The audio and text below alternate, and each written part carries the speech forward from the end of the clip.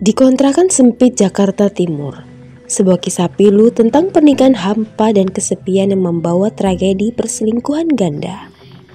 Aku, Lasmi yang merasa terperangkap dalam rutinitas dan tanpa kehangatan, menemukan pelarian sementara di pelukan Tono, seorang driver ojol yang selalu memberiku perhatian. Namun rahasia kelam mulai terungkap ketika aku melihat suamiku, Joko, terlibat dengan tetangga kami. Inilah kisahnya. Aku tidak menyangka di balik dinding triplex yang tipis, aku akan kehilangan segalanya, kepercayaan, cinta, dan bahkan diri sendiri. Jakarta Timur, sebuah sudut kota yang panas dan beringsik. Aku, Lasmi 28 tahun, duduk di sudut kamar kontrakan petakan. Kami merasakan dinginnya dinding triplex yang bahkan tak mampu meredam suara gaduh dari luar. Suara klakson motor, teriakan pedagang kaki lima, dan hiruk-pikuk orang yang berlalu lalang. Ini selalu menjadi soundtrack hari-hariku. Aku menikah dengan Joko, seorang satpam shift malam yang hampir selalu hilang dari pandanganku. Dia bukan tipe pria yang sangat hangat. Jarang sekali aku merasa bahwa suamiku merindukan kehadiranku. Hubungan kami berubah menjadi rutinitas kaku yang penuh kesunyian. Tak ada tawa, tak ada sentuhan. Bahkan kata-kata sayang pun terasa asing di antara kami. Hanya ada ruang kosong yang semakin melebar. Kesepian mulai menggerogoti hatiku. Perlahan, aku yang dulu penuh semangat kini menjadi bayangan diri yang kehilangan arah. Rutinitas kerja, administrasi kantor kecil yang sama setiap hari tidak membantu menghapus rasa hampa itu. Lebih menyakitkan lagi, kami belum dikaruniai anak. Sesuatu yang selalu menjadi pembicaraan senyap di antara kami. Mungkin itu yang membuat kami semakin jauh. Tanpa sadar, membiarkan jarak itu melebar menjadi jurang. Di sisi lain, ada Tono, dia suami tetangga, yang tinggal di sebelah. Seorang driver ojol online dengan wajah yang selalu dipenuhi senyum dan lelucon yang ringan. Dia selalu membuatku merasa diperhatikan, sesuatu yang lama aku rindukan. Perhatian kecilnya menjadi obat yang manis bagi luka batinku yang menganga. Lili, istrinya, tampak sering sibuk dengan pekerjaan rumah tangga. Dan aku sering melihatnya termenung di depan pintu, menatap ke arah kami dengan mata yang tak bisa aku sebutkan apa isi hatinya. Namun, aku terlalu lelah untuk peduli pada drama tetangga. Setiap hari di kontrakan sempit ini terasa seperti perjuangan melawan panas, berdesakan dengan kenyataan pahit yang harus dijalankan. Dinding triplex yang tipis itu bukan hanya pembatas ruang, tapi juga menjadi saksi bisu semua rahasia dan dosa yang tersimpan. Aku ingin sekali bercerita pada seseorang, tapi siapa? Joko selalu sibuk. Tono hanya tetangga yang seharusnya tidak boleh aku percaya terlalu dalam. Dan Lili, kami hanyalah tetangga yang saling berjauhan dalam kesendirian masing-masing. Suatu malam, ketika hujan mulai turun deras, aku teringat kembali bagaimana rasanya dicintai setidaknya oleh seseorang yang bisa membuatku merasa berarti. Tono mengirim pesan singkat, menawarkan tumpangan pulang kerja. Aku menerima, bukan karena aku ingin berkhianat, tapi karena aku sudah lama haus akan kehangatan dan perhatian. Di balik dinding tipis itu, aku berjanji pada diri sendiri untuk tidak pernah jatuh lebih dalam. Tapi aku tak tahu, janji itu akan segera dilanggar dalam keheningan malam yang penuh dosa. Bagaimana aku dan mereka, rahasia mulai terbuka perlahan. Tinggal di kontrakan sempit, penuh sepi, penuh drama. Jangan lupa subscribe dan hidupkan lonceng notifikasi agar tidak ketinggalan cerita terbaru lainnya. Aku akan terus membagi kisahnya karena aku percaya setiap luka punya cerita yang perlu didengar. Hujan malam itu turun dengan derasnya. Bunyi rintikannya memenuhi atap kontrakan kami yang sudah reot. Aku berdiri di depan pintu kamar, menggigil, memikirkan lagi pertemuan singkatku dengan Tono. Tubuhku basah kuyup. Tapi anehnya, aku merasa lebih hangat dari biasanya. Meski itu rasa hangat yang penuh kebingungan. Tono menawarkan tumpangan pulang setelah aku pulang dari kantor. Awalnya aku menolak, tapi rasa sepi yang mencekam membuatku berkata iya. tanpa pikir panjang. Motor kecilnya melaju melewati jalan yang penuh genangan air. Lampu-lampu jalan yang remang-remang menambah suasana sendu malam itu. Aku duduk di belakang, memegang erat jaketnya, berharap malam ini bisa membawa sesuatu yang berbeda. "Kamu kenapa, Mi? Kayak ada yang berat di hati," katanya tiba-tiba. Tanpa basa-basi, suaranya hangat dan penuh perhatian. Aku menghela nafas panjang, mencoba menyembuhkan perasaan rapuhku. Cuma capek aja, Tom. Rasanya hidup ini kadang terlalu berat."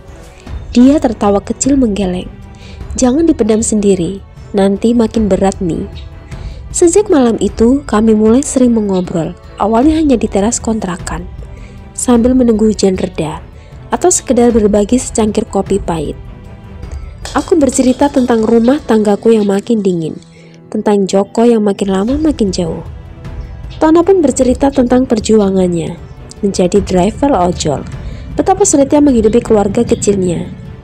Aku tahu, rasanya kayak di penjara dalam pernikahan yang hambar, katanya suatu malam sambil menatap langit yang gelap. "Kadang aku pikir, apa hidup harus kayak gini terus ya?"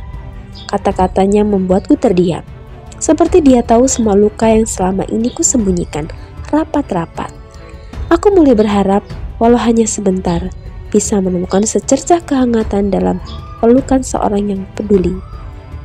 Tapi di balik itu, aku tahu aku berkhianat. Hatiku berontak setiap kali kami berdua tertawa, saling mengirim pesan di malam hari, bahkan saat aku mulai berharap lebih. Rasanya seperti berjalan di tepi jurang. Tahu jatuhnya akan sakit, tapi sulit untuk mundur. Sedangkan di rumah suasana makin membeku. Joko yang biasanya pulang larut, kini semakin tak menentu jamnya. Aku hampir tak pernah melihat dia tersenyum, apalagi berbicara panjang lebar. Suara langkah kakinya di malam hari kadang membuatku terjaga, tapi aku terlalu lelah untuk bertanya. "Kenapa kamu gak cerita sama aku aja?" tanyaku sekali waktu dengar suara gemetar. Tapi dia cuma menatapku dingin, lalu berbalik masuk kamar tanpa sepatah kata. Rasa sakit itu seperti tusukan, tapi aku harus berpura-pura kuat. Di satu sisi, aku mulai mencuri-curi pandang pada Lili, istri Tono yang terlihat semakin murung dan sering menghabiskan waktu di dalam kamar. Aku pernah melihat dia menatap suaminya dan Joko dari jauh dengan mata yang penuh kecurigaan, tapi aku tak berani bertanya. Aku sendiri sudah cukup sibuk berurusan dengan rasa bersalah yang membelenggu. Suatu sore, ketika aku sedang menjemur pakaian, aku tanpa sengaja melihat Joko dan Lili berbicara dekat di depan kontrakan. Mereka tertawa kecil lebih akrab dari yang aku lihat. Ada sesuatu yang berbeda di antara mereka, sesuatu yang membuatku berdiri membeku sejenak. Aku tahu aku tidak boleh curiga, tapi naluri seorang istri selalu peka. Aku merasa seperti sedang ditusuk dari belakang oleh orang yang seharusnya aku percayai. Tapi aku takut menghadapi kenyataan itu. Malam demi malam, rahasia itu semakin sulit ditutup-tutupi. Aku mulai melihat ponsel Joko menyala tengah malam dengan pesan singkat yang dia cepat-cepat tutup saat aku mendekat. Begitu pula dengan Tono yang tiba-tiba semakin sering datang ke kontrakan, tapi dengan cara yang berbeda, lebih rahasia. Rasa sakit dan pengkhianatan ini seperti racun yang meracuni setiap sudut kehidupanku. Aku merasa seperti berada di antara api yang membakar dan air yang mencekam. Tidak tahu kemana harus berpaling.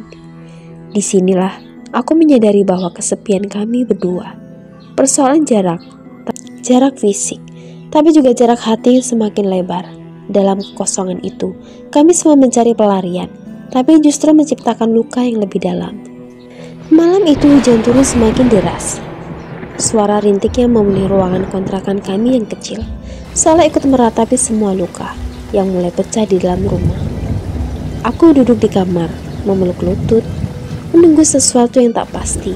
Hatiku penuh dengan pertanyaan yang tak kunjung menemukan jawaban. Aku ingat betul malam ketika semuanya mulai terungkap. Aku sedang di dapur, mencoba mengalihkan pikiranku dengan membuat secangkir teh hangat. Tiba-tiba ponselku bergetar. Sebuah pesan masuk dari Tono. Singkat dan penuh makna. Ketemu malam ini di tempat biasa. Jantungku berdetak kencang. Ada bagian dari diriku yang ingin menghindar, tapi rasa rindu dan kesepian itu jauh lebih kuat.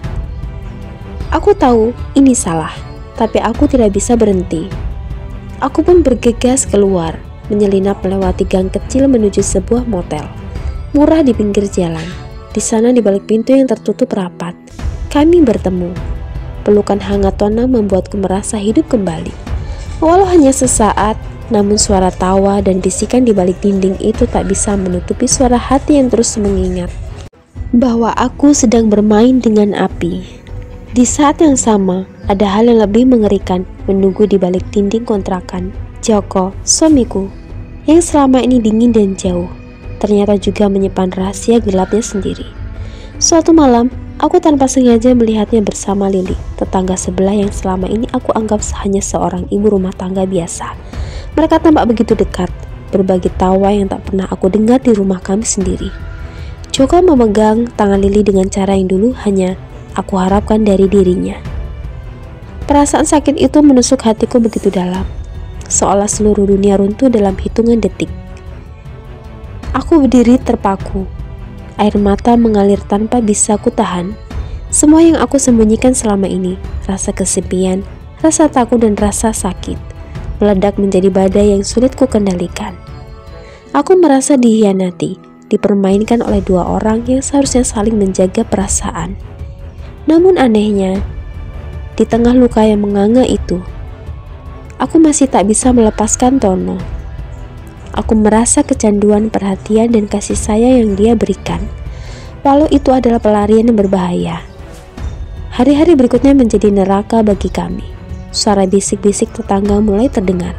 Tatapan penuh tanda tanya dan prasangka menghantui setiap langkah. Aku dan Joko mulai bertengkar. Setiap kata menjadi senjata yang melukai lebih dalam. Lili dan Tono pun tak luput dari kegelisahan. Yang sama, kami semua terjebak dalam lingkaran setan. Perselingkuhan yang saling menghancurkan. Tak ada yang benar-benar menang, hanya luka dan penyesalan yang tersisa. Aku duduk di sudut kamar merenungi semua yang terjadi. Dinding tripleks tipis itu bukan hanya pembatas ruang, tapi juga menjadi saksi bisu pengkhianatan dan dosa yang kami perbuat. Serasanya seperti dunia ini mengejekku, menertawakan kelemahan dan kesalahanku. Aku tahu aku harus membuat keputusan besar. Haruskah aku terus terjebak dalam dosa ini? Ataukah aku harus berani menghadapi kenyataan dan mencari jalan keluar yang sulit tapi benar? Aku tak tahu harus berbuat apa. Apa yang akan dilakukan? Bertahan dengan cinta yang sudah retak? Ataukah melangkah pergi demi menyelamatkan diri? Malam itu aku berdiri di depan cermin kamar kontrakan, menatap bayanganku sendiri yang terasa asing. Wajahku yang dulu penuh harapan, kini tertutup oleh kepedihan dan kebingungan yang tak terpilih. Suara hujan di luar terdengar semakin keras, seperti mencerminkan badai yang tengah mengamuk di dalam hatiku. Aku tahu aku sudah sampai di persimpangan jalan perselingkuhan. Ini bukan lagi rahasia kecil yang bisa kuabaikan. Dosa yang selama ini kusembunyikan mulai menumpuk, menggerogoti setiap sudut hidupku. Tapi aku juga tahu melepaskan semuanya bukan perkara yang mudah. Suatu sore aku memutuskan untuk berbicara jujur pada Joko. Dengan suara bergetar, aku mengungkapkan semua yang kupendam. Rasa kesepian, rasa kecewa, dan pengkhianatan yang kurasakan. Bukan hanya dari dirinya, tapi juga diri Tono. Aku ingin tahu apakah masih ada sisa cinta yang bisa kami selamatkan. Joko menatapku dengan mata yang kosong tanpa ekspresi. Lalu dia menghela nafas panjang dan berkata, "Aku juga salah, Lasmi. Aku telah melakukan hal yang tidak baik. Aku telah melakukan hal yang sama seperti dengan Lili." Kata-kata itu seperti palu godam yang menghantam kepalaku. Rasa sakit dan kecewa bercampur menjadi satu. Kami berdua sama-sama terluka, sama-sama mencari pelarian dalam kesepian yang membelit. Namun di balik semua itu, ada harapan kecil yang mulai tumbuh. Kami tahu bahwa perselingkuhan ini bukan akhir dari segalanya, tapi juga bukan jalan keluar. Kami harus memperbaiki apa yang telah rusak, mulai dari komunikasi yang selama ini terabaikan. Dan Aku sepakat untuk mencoba memperbaiki. Kami ingin memberi kesempatan pada pernikahan kami. Meskipun jalan itu pasti penuh duri. Tona dan Lily pun akhirnya memutuskan untuk menjauh dari kami, menyadari bahwa hubungan mereka hanya akan menambah luka. Dalam perjalanan itu, aku belajar bahwa kesetiaan bukan hanya tentang tidak berselingkuh, tapi juga tentang kebenaran yang untuk diperjuangkan bersama. Aku menyadari bahwa cinta yang sejati butuh kerja keras, bukan pelarian sesaat. Dinding tipis kontrakan itu bukan lagi saksi bisu dosa kami, tapi juga menjadi saksi perjuangan kami untuk bangkit dari keterpurukan. Pernikahan yang hancur karena kesepian dan pengkhianatan, apakah masih bisa diperbaiki atau harus diakhiri agar luka tak bertambah parah? Bagikan cerita ini, karena aku yakin banyak dari kita yang pernah merasakan dilema yang sama. Aku kira setelah keputusanku segalanya akan mulai membaik, tapi hidup ternyata punya cara lain untuk menguji keteguhan hati kami. Suatu malam, ketika aku sedang membereskan kamar, aku menemukan sesuatu yang tak pernah kuharapkan. Sebuah kotak kecil berisi surat-surat dan foto-foto yang tersembunyi di balik lemari Joko. Dengan tangan gemetar, aku membuka surat-surat itu dan membaca isi yang membuat jantungku berdetak tak karuan. Ternyata selama ini Joko tidak hanya berhubungan dengan Lily, tapi juga dengan beberapa wanita lain di sekitar kontrakan. Aku terkejut sekaligus hancur. Ternyata pengkhianatan itu jauh lebih dalam dan kompleks daripada yang aku kira. Lebih parahnya lagi, aku mengetahui bahwa Tono yang selama ini kuanggap pelarian dan sumber kehangatan, ternyata juga mulai menjalin hubungan gelap dengan seseorang wanita lain. Bukan hanya dengan aku, mereka berdua sama-sama terperangkap dalam kebohongan dan rasa sakit yang berputar tanpa henti. Aku merasa terperangkap dalam lingkaran yang tak berujung, seperti seekor burung yang terkurung dalam sangkar, mencari kebebasan tapi hanya menemukan kepedihan. Namun ada satu hal yang aku pelajari dari semua ini. Kebohongan dan perselingkuhan hanyalah pelarian sementara yang tak pernah menyelesaikan masalah. Mereka meninggalkan luka yang dalam dan bekas yang sulit dihapus. Aku menyadari kunci untuk memperbaiki segalanya bukanlah dengan menyalahkan atau membalas dendam, tapi dengan kejujuran, komunikasi, dan keberanian untuk berubah. Aku dan Joko memutuskan untuk mulai dari nol, bukan untuk melupakan masa lalu, tapi untuk belajar darinya. Kami berusaha membangun kembali kepercayaan yang hampir hancur perlahan, tapi pasti. Dosa di balik dinding tipis kontrakan kami bukan hanya soal perselingkuhan, tapi juga soal bagaimana kesepian dan komunikasi yang hilang bisa menghancurkan rumah tangga. Kami adalah korban sekaligus pelaku dari lingkaran itu. Aku berharap cerita ini bisa menjadi pelajaran bagi siapa saja yang mendengar atau membaca. Jangan pernah anggap sepele suara hati pasanganmu. Jangan biarkan kesepian merenggut cinta yang telah kalian bangun bersama.